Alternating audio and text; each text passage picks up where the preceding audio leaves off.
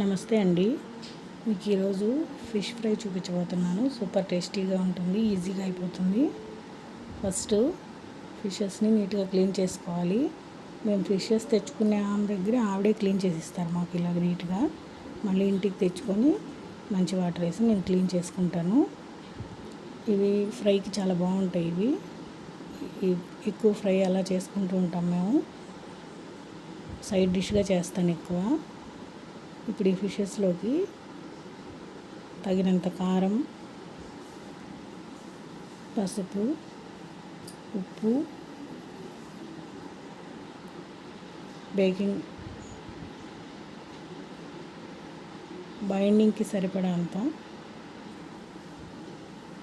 ఇది పసుపు అండి, కార్న్ఫ్లోరు, గరం మసాలా పౌడర్ కొంచెం వేసి కలిపేసుకుంటాను. టేస్ట్కి సరిపడా సాల్ట్ అది అన్నీ వేసి బాగా కలిపి కొంచెం సేపు పక్కన మ్యారినేషన్ చేస్తే ముక్కలు బాగా మెత్తబడి మనం వేసిన మసాలా వాటికి పడతాయి. ఆయిల్లో వేసినప్పుడు అవి చిదిరిపోకుండా ఉంటాయి.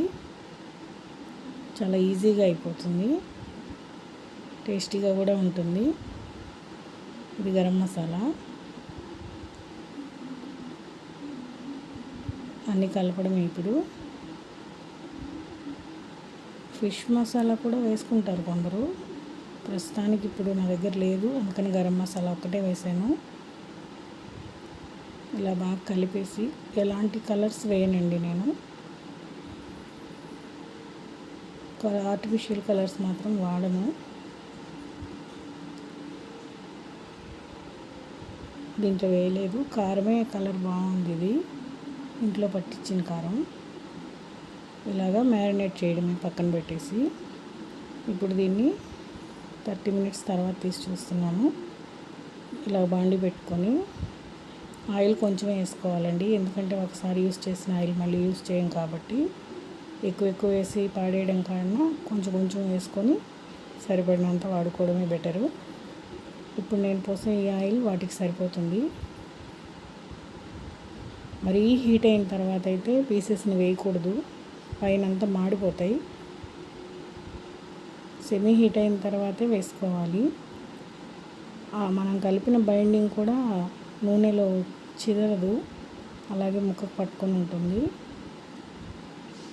ఇలాగా ఎర్రగా ఫ్రై చేసుకోవాలి. 2 వైపులా స్విమ్లోనే పెట్టి చేసుకోవాలి. ఏమాత్రం హైలో పెట్టామంటే మాడిపోతాయి. కొంచెం టైం టేకింగ్ ఈ ఫ్రై అంటే, కానీ ఫాస్ట్గా అయిపోతుంది.